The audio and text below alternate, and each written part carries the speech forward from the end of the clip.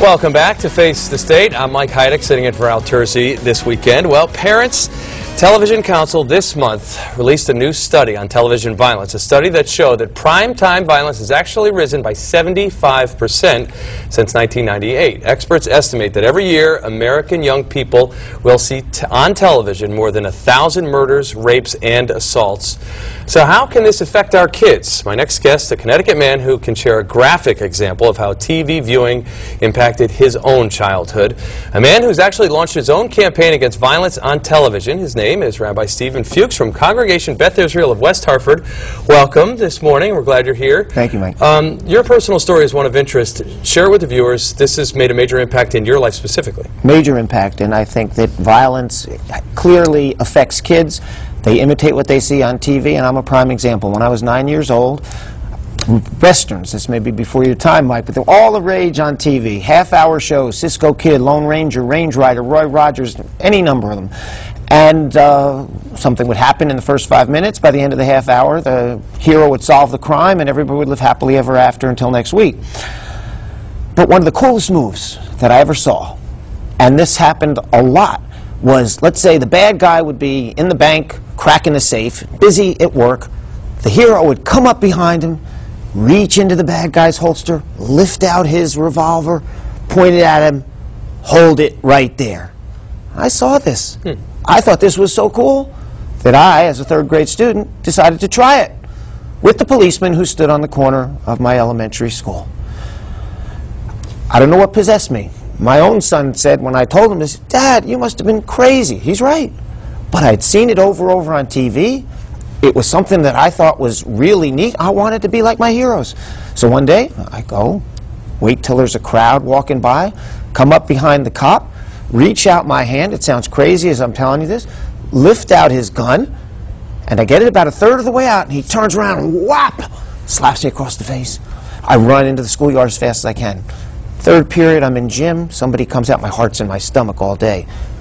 Fuchs is wanted in the office. I go to the office. The guy is sitting there. I look up. He says, "Sit down."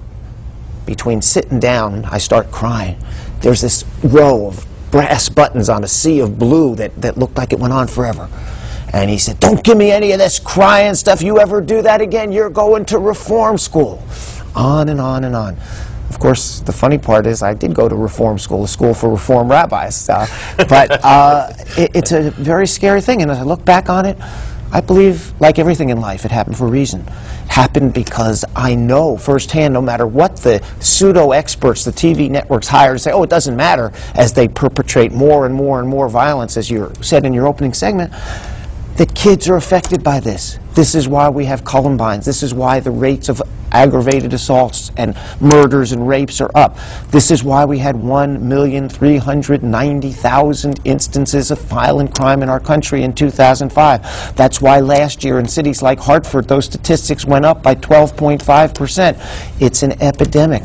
First and foremost, the parents have to turn off the TV. That's where the primary responsibility lies. But beyond that, if I can prick the consciences of some of these media moguls to get them to stop it, I believe we could reduce that number by at least 15%. 15% of 1,390,000, that would be 208,500 lives we could save. It would be amazing. What is that worth? To me, that's worth a few $1 million out of the pockets of these entertainment companies so that your young son can have a better chance to grow up. And both on TV and the movies, we see these violent petitions and depictions. And you are putting together some kind of response to this, yes? I'm doing my best. You know, I want to get the word out that this is something that is killing our children, and we can't afford that. You know, I come from a tradition where the Talmud says, if you save one life, it's like you've saved the whole world. Well, there's a lot of worlds out there that need to be saved, Mike, and that's really why I'm interested in this. And what are you going to do about it? You said you were going to start contacting some studio heads? I've contacted the 3 major studio heads whose addresses you have, I believe, and asked them, haven't heard anything back. I'm just trying to make this as public an issue as I can, because if this gets momentum, if it snowballs, then maybe it'll make a difference. At the very least, hopefully parents watching this show will think twice or 3 times about what they let their kids watch tonight.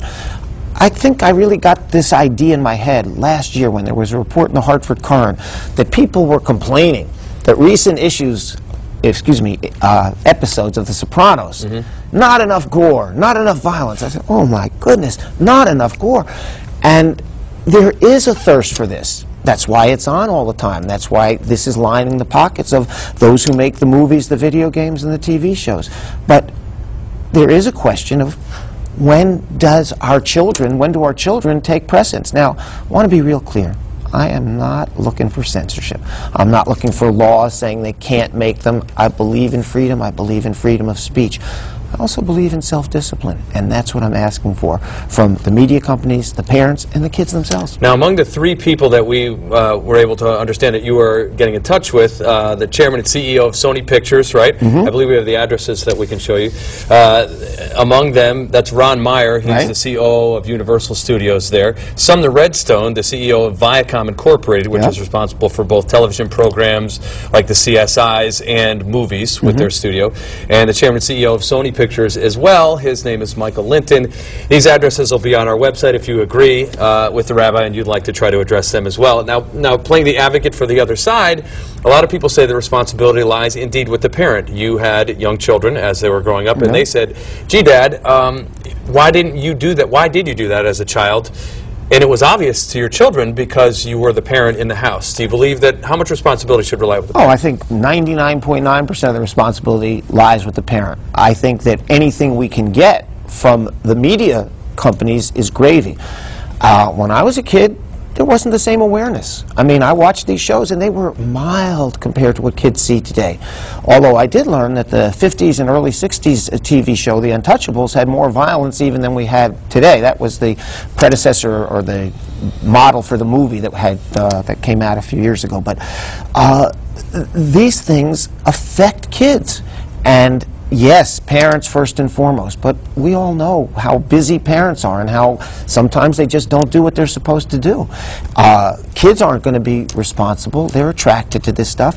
Hopefully we can get some help from the other side too. But yes, Mike, 99% of the responsibility comes with parents like me, and because of my experience, I try to be judicious in what my 3 kids, as they were growing up, were allowed to watch, and I recommend that first and foremost to every parent that has a kid in his charge. To further your concerns, where do you go from here? Is it a letter-writing campaign to these studios? Are you talking to your congregation about it? I've talked to my congregation when I spoke at the Beth Church over Martin Luther King weekend. I raised this issue then, had the addresses there. My congregants have the addresses.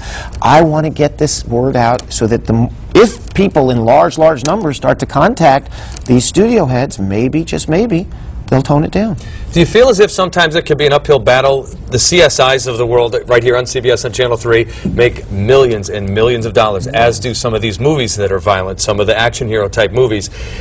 Money speaks pretty loudly. Uphill, Mike, doesn't even begin to describe it. I think this is a quixotic campaign. I call it a preposterous proposal. I know I'm tilting at windmills. I know it's an uphill battle, but if that's the excuse not to do anything, then where do we go? We just give up, and I think that we can't. I think that this is an issue which can save lives, and if we can save 208,500 lives, let's say, making a 15% reduction by having this stuff toned down, I think that that would be worth fighting for, even if it's uphill, even if it's tilting at windmills. Now, Senator Lieberman here in Connecticut has been out front as far as violence on video games. Have you had a chance to talk to the Connecticut delegation about a possibility? I haven't talked to him personally, but that's a good suggestion. I'm looking for ways to go, and I'm hoping that exposure like programs like this will give me some access to some of these people, because I know that politicians like Lieberman, Hillary Clinton, Bill Clinton, others have really made statements about this, and I think it's important, and I just like to get as much momentum for this as we possibly can get. And maybe it'll be an issue in the 2008 campaign. I hope so. Rabbi Stephen Fuchs, it was a pleasure to meet you, and thanks for coming on Face the State.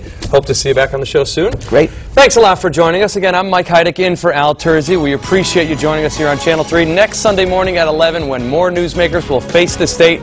We hope you join us. Take care, everyone.